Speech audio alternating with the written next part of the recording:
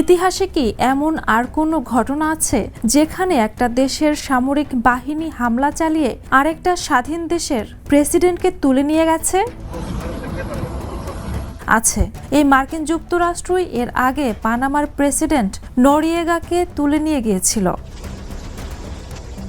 ঘটনাটি ঘটেছিল আজ থেকে ঠিক ৩৬ বছর আগে। তখন যুক্তরাষ্ট্রের প্রেসিডেন্ট ছিল জর্জ H.W. বুশ। যুক্তরাষ্ট্র পানামায় হামলার অপারেশনের নাম দিয়েছিল অপারেশন জাস্ট কজ, মানে দুনিয়ার অন্যতম বড় অবিচারের নাম জাস্ট কজ। পানামার প্রেসিডেন্ট ম্যানুয়েল নরিয়েগাকে আটক করার পেছনেও মাদক পাচারকে অজুহাত হিসেবে ব্যবহার করা হয়েছিল। নরিয়েগা একসময় মার্কিন সাম্রাজ্যবাদের বেশ ঘনিষ্ঠ ছিলেন। শুধু পানামাতেই না, গোটা ল্যাটিন আমেরিকাতে মার্কিন স্বার্থ রক্ষায় নরিয়েগার গুরুত্বপূর্ণ অবদান ছিল। কিন্তু তিনি যখন স্বাধীনভাবে সিদ্ধান্ত নিতে চাইলেন, তখনই যুক্তরাষ্ট্রের সাথে তার বিরোধ তৈরি হলো এবং মাদক পাচারের দায়ে তাকে অভিযুক্ত করা হলো।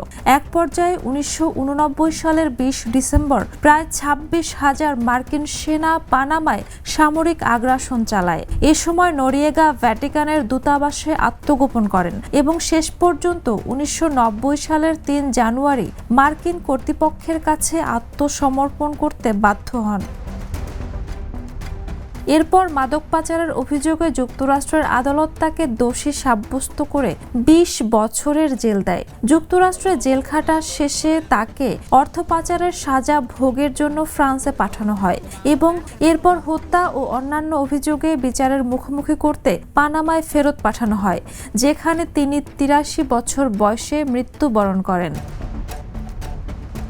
ফলে ভেনেজুয়েলার প্রেসিডেন্ট নিকোলাস মাদুরোকে যুক্তরাষ্ট্রের সামরিক বাহিনী কর্তৃক তুলে নেওয়ার ঘটনা শুধু ব্যক্তি ট্রাম্পের আগ্রাসী আচরণের কারণে ঘটেছে এরকম মনে করবার কোনো কারণ নেই। এই আগ্রাসী আচরণ মার্কিন সাম্রাজ্যবাদের আগ্রাসী আচরণ। সাম্রাজ্যবাদী শক্তি তার নিজ স্বার্থে আন্তর্জাতিক আইন, সার্বভৌমত্ব, মানবাধিকার ইত্যাদির কোনো কিছুরই ধার ধারে না।